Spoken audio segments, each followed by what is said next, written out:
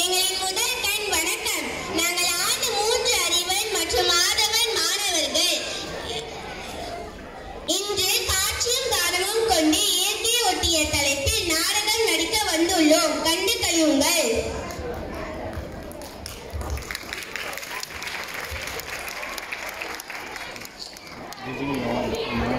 ஆஹா, இவ்வளவு புரியுமா? இந்த இருட்டுள்ள சொகுசு மாடி கட்டிடம் கட்டினா காசு கொட்டும், கொட்டடி கொட்டும். கவலையிடுது, நான் எனக்கு பிரம்மாண்டமான கட்டட வடிவத்தை வழங்கி கொடுக்கிறேன். இதே கேட்டுள்ள மரங்கள் போச்சுடா, வந்துட்டாங்கடா, நம்மை கொல்லாமல் விடமாட்டாங்க. தோற்றுப்போம் நம்ம வாழ்க்கை. ஆஹா, அவ்வளவுதான். ஏன் இந்த மனிதர்கள் இயற்கையை அழிக்கிறாங்க? நம்மளை வெட்டினா அவர்களுக்கு தான் ஆபத்து என்று ஏன் இந்த மனிதர்கள் புரிந்து கொள்ள மாட்டாங்க? முற்பகல் செய்யும் பிற்பகலிலும் என்று ஏன் மனிதர்கள் அறிந்து கொள்ளாதவர்களாக இருக்கிறார்கள்? மனம் வேதனையாக இருக்கிறது. மரம் தோன்றிற்று. மரம் நமக்கு அண்ணன். அண்ணனை பழிக்காதே.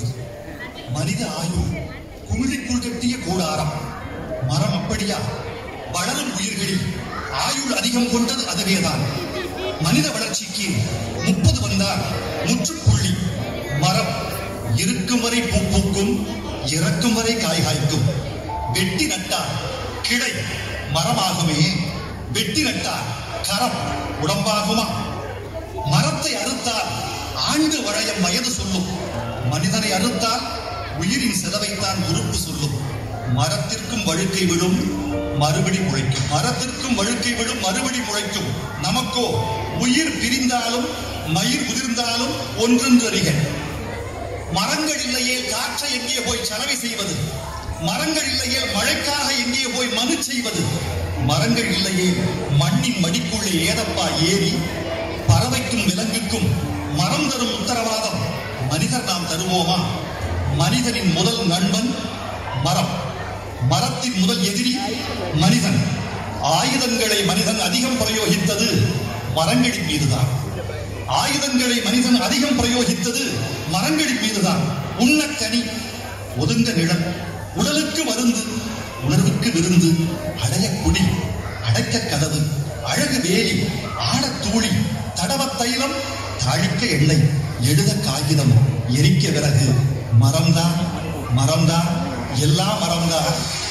மரம்தான், மரம்தான், மனிதன் மரம்தான். இதன் தோன்றும் மரம் மரங்களை வெட்டும் நாள் வந்தது.